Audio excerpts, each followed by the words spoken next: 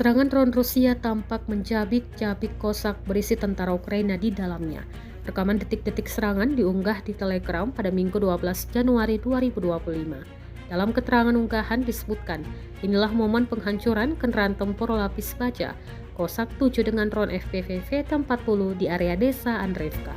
Serangan pertama menghentikan kendaraan tempur lapis baja. Serangan kedua membuka pintu belakang. Drone FPV ketiga pun memberikan pukulan di bagian dalam kosak tempat duduk tentara Ukraina.